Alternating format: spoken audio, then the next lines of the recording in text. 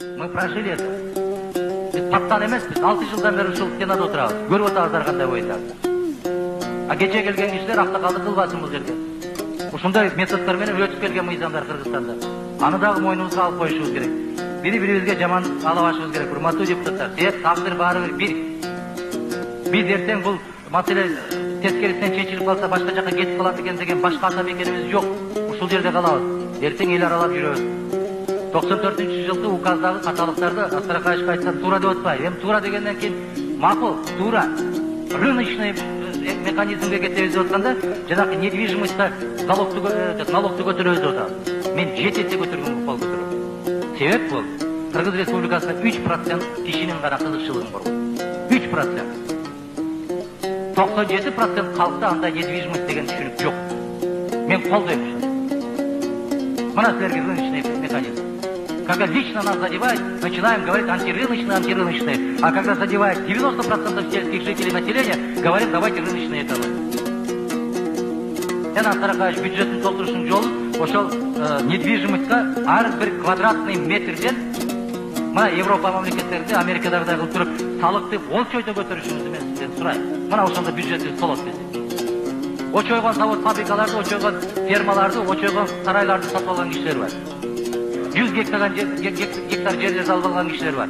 Алар дагы бирдей салык төлөйт, ошол жерде иштеп аткан дыйкан дагы бирдей салык төлөйт. Давайте принципиально отурган болсок, мына бир пропорционально карап көрөлү.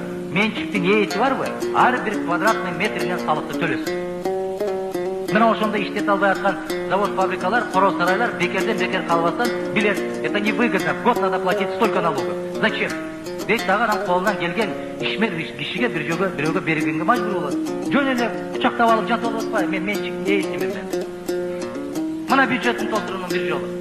Мен кызарактап ушул жерден секирбегенин көрөйүн ошол 3% халктын өкүлдөрүн. Эки жагына бирдей карашыбыз керек. Дыйкандарга дегенде эле давайте рыночный механизм, частный собственность деп туруп, анан недвижимостьте келип калганда эле анан антирыночный дегенибиз дагы туура эмес, урматтуу аксакалдар. 3% халктын эмнесин коргойбуз деп туруп, анан 97% биз көмүп салбайлы деп атабыз. Бул пикирдин эмнеси жаман Астраханч? Бул президентке ушундай айтат, бул тигинде айтат, бул өкмөткө мындай айтат деп эле бир калкалай бергенде сизге дайым колун көкүрөгүнө алып 4 макул деген кишиден чочулаңыз Астраханч. Ушу кишилерден чочулаңыз. Жок, момундай эмес, мындай болсо туурураак болот экен деп өзүнүн пикирин айтып койгон кишини колдон келсе сиз жакындатыңыз. Себеп философиянын закону ушундай да, противоречие болгон жерде гана прогресс болот. Баары эле кутлаппай деп турган жерден көргөнбүз эмнеге келген. Сөз бергенден дагы коркуп 25-статьядагы жана 16-статьянын талаптарына жооп берген айыл чарба багытындагы жерлерди сатып алуучуларга сатат деп атабыз. 16-статья менен 25-статьяны биз ушулардын юридический эмнесин мына убакыт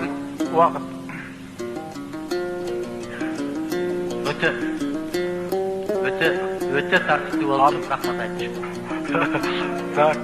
Так.